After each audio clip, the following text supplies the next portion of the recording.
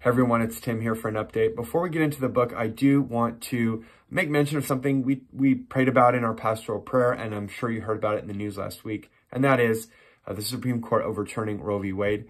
And there may be more that we as pastor elders do to communicate about, but this issue, as well as complexities regarding how we interact with the world over talking about abortion and things of that nature. We know that there are pregnancy care centers that are being targeted, even like-minded churches like Hinson Baptist, you may have heard about in Portland. Greg sent out prayer updates.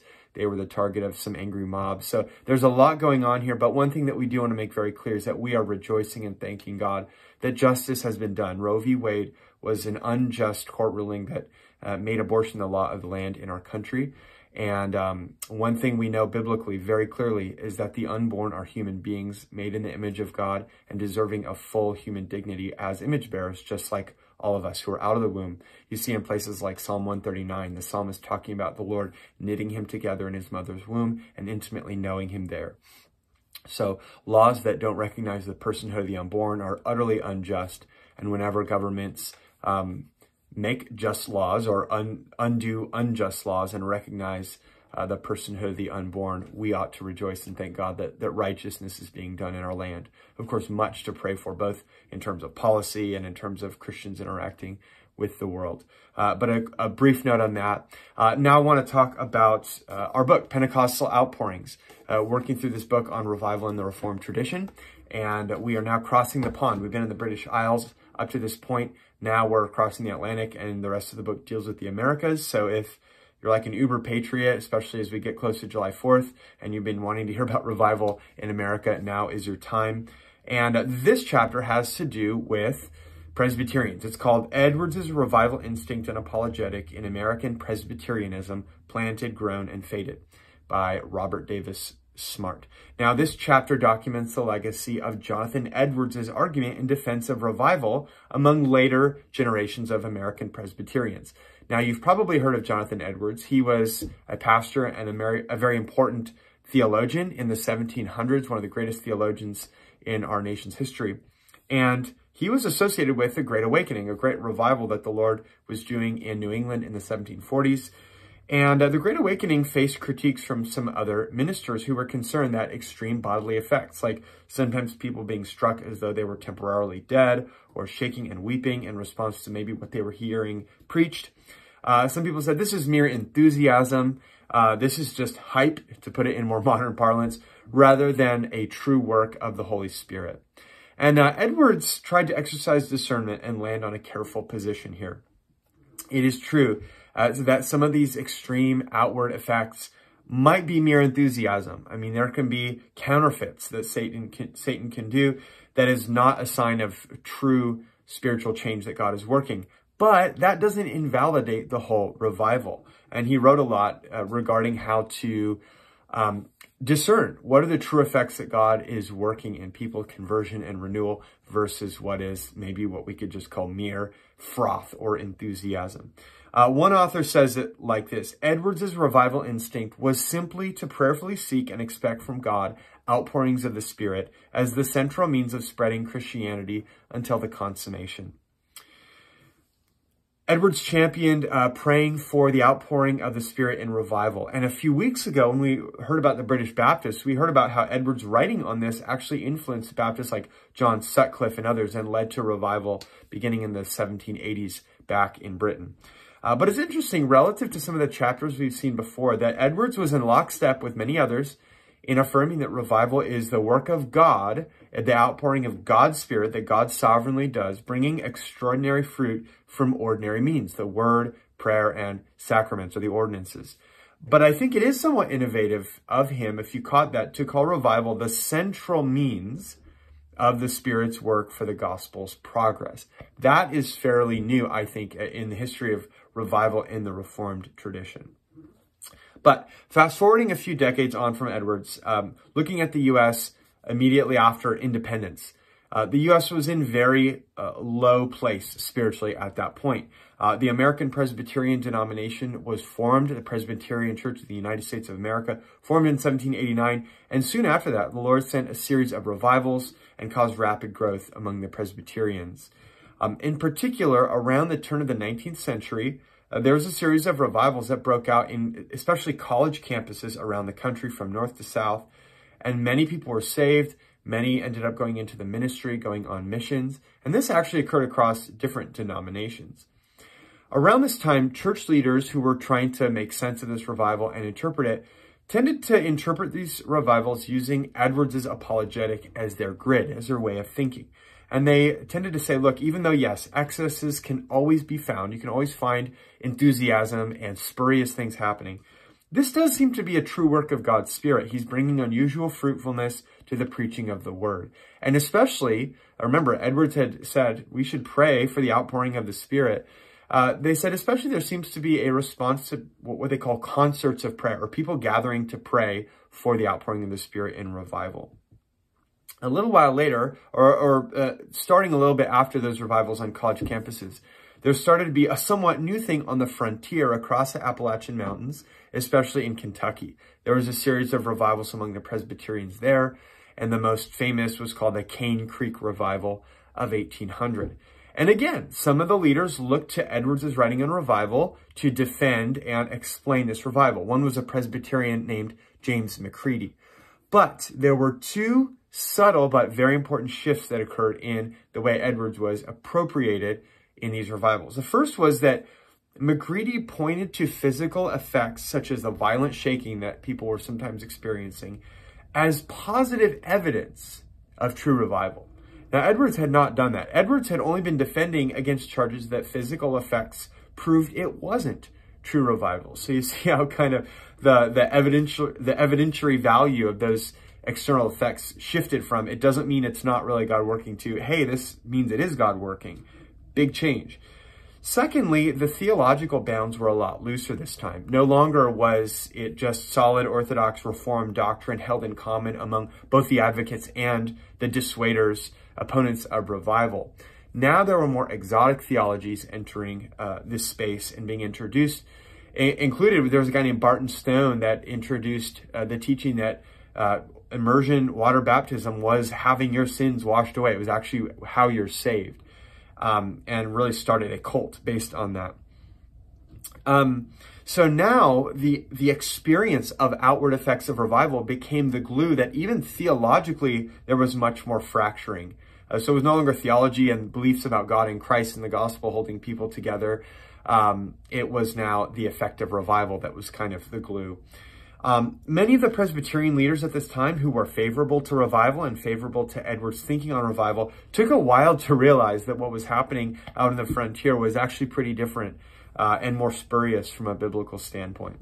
Fast forwarding again into the 1830s, there was another series of revivals. We call this historically the Second Great Awakening, and it brought about similar kinds of confusion. Now, there was a lot of true work that God was doing in the Second Great Awakening. There was a lot of true revival, true renewal and conversion that God was doing.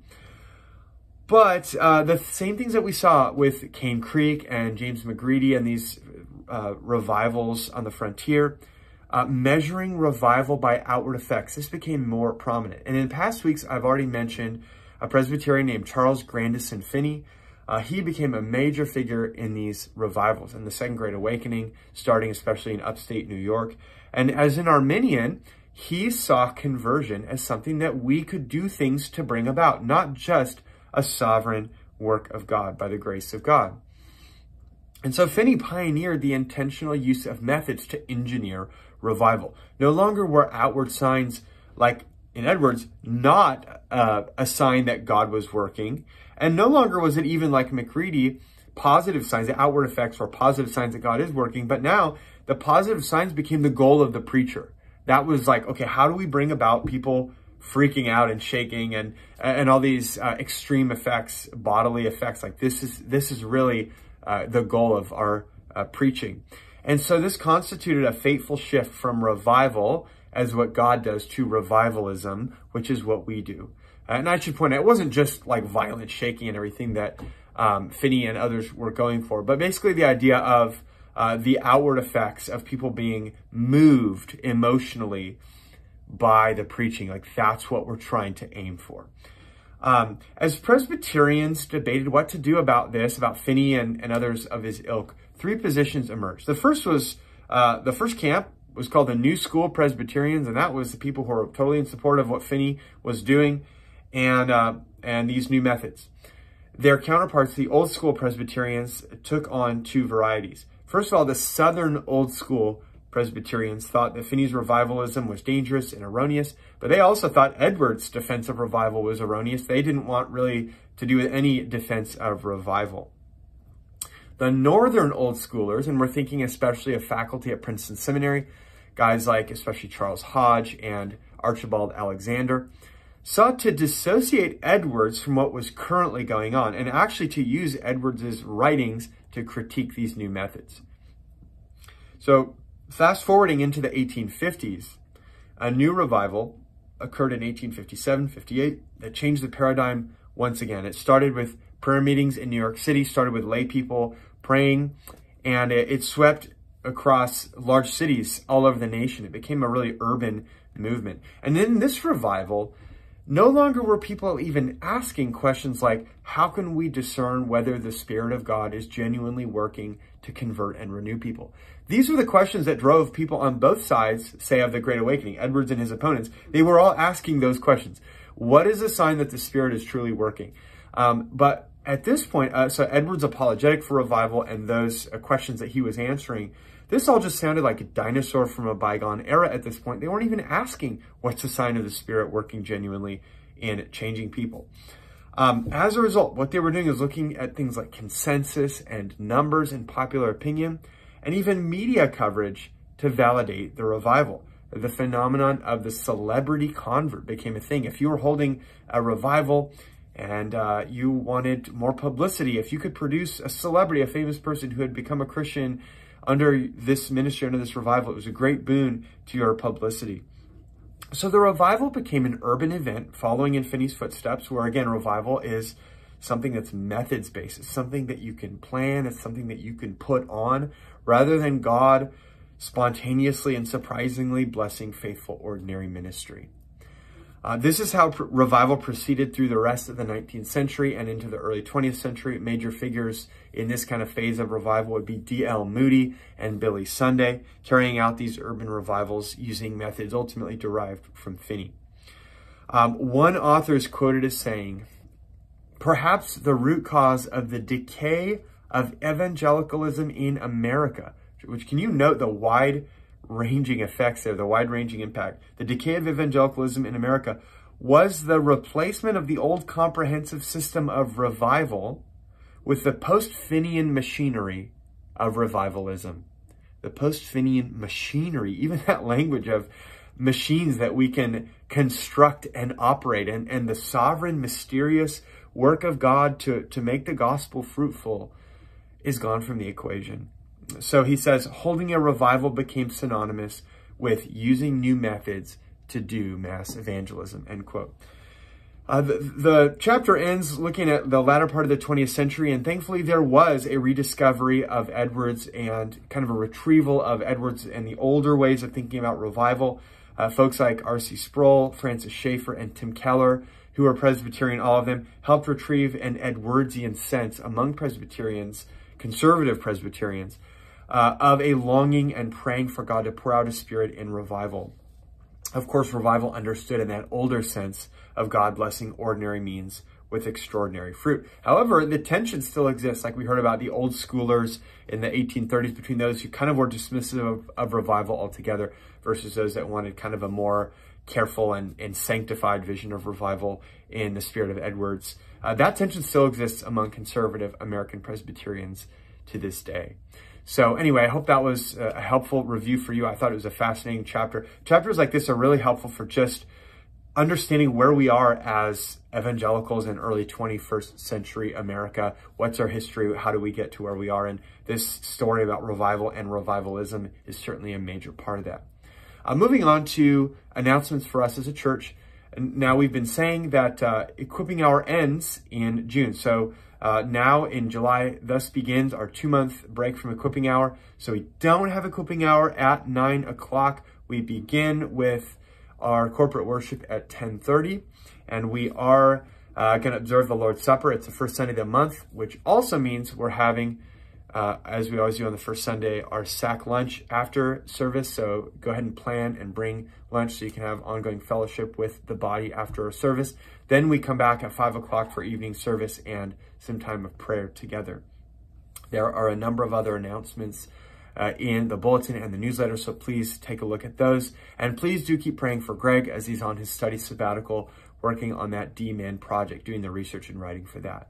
With that, I'll say goodbye. Look forward to seeing you Sunday. All right, bye-bye.